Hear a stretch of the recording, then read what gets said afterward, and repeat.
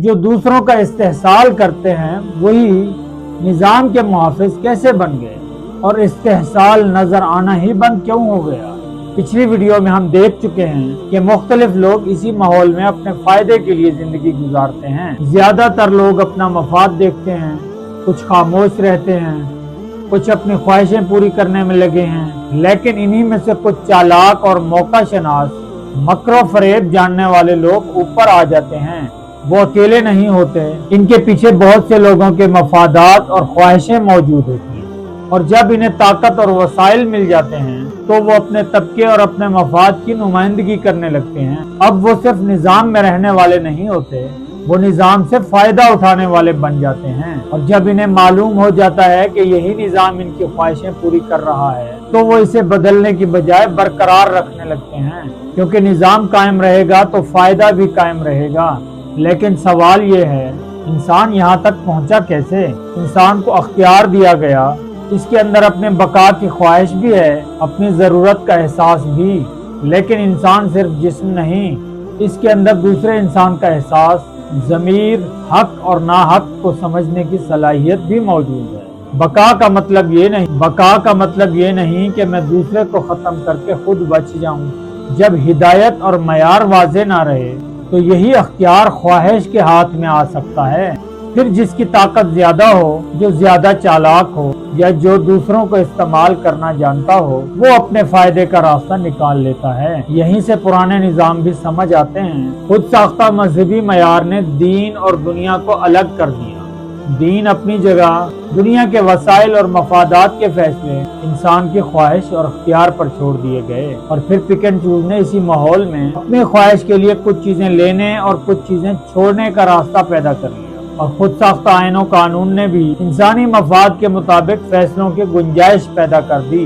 रास्ते मुख्तलिफ हैं मगर अपने फायदे का तरीका सब ने बना रखा है। अब अगर इंसान अपने ज़मीर, इज्जत और असूलों की परवाह ना करे या वो अपनी बुराइयों पर नकाब डालकर उसे छुपा ले तो वो दूसरों का हक मार कर भी आगे निकल सकता है। और माहौल उसे कहता है तुम्हें भी मौका मिला है, तुम भी फायदा उठाओ। लेकिन सवाल यह है कि यह मौका मिला किस बुनियाद पर? अगर यह मौका किसी दूसरे इंसान के हक, इज्जत और जरूरत को छीन कर मिला है तो ये कामयाबी है या इस्तेहसाल?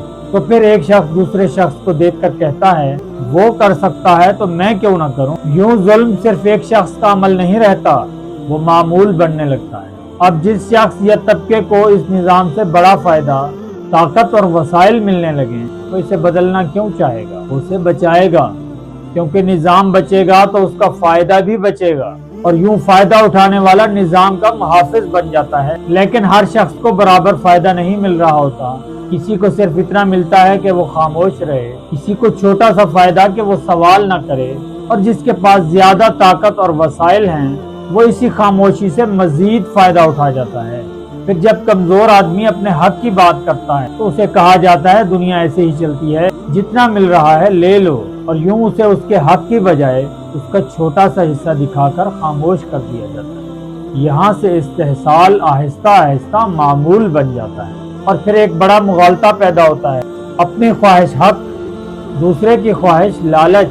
अपने लिए माल, बंगला, ताकत, लज्जत सब चाहिए, लेकिन जब दूसरे इंसान की बुनियादी जरूरत भी सामने आए तो ये भी बड़े अय्याश है। अपने लिए ख्वाहिश ज़रूरत, दूसरे के लिए वही ख्वाहिश लालच।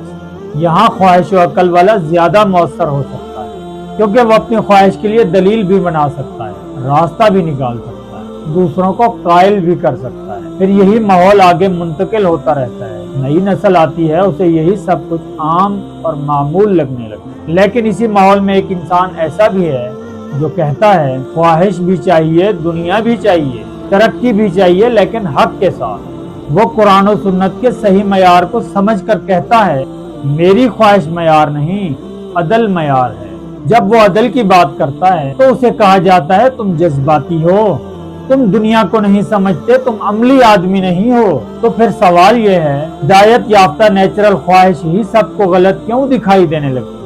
और जब सही मयार को ही जज्बाती, गैर अमली और कमजोर बना दिया जाए तो फिर इस निज़ाम को रोकने वाला बाकी कौन रह जाता है? सोचें जरूर, क्योंकि माशरे की हर बड़ी तब्दीली अफराद से शुरू होती है।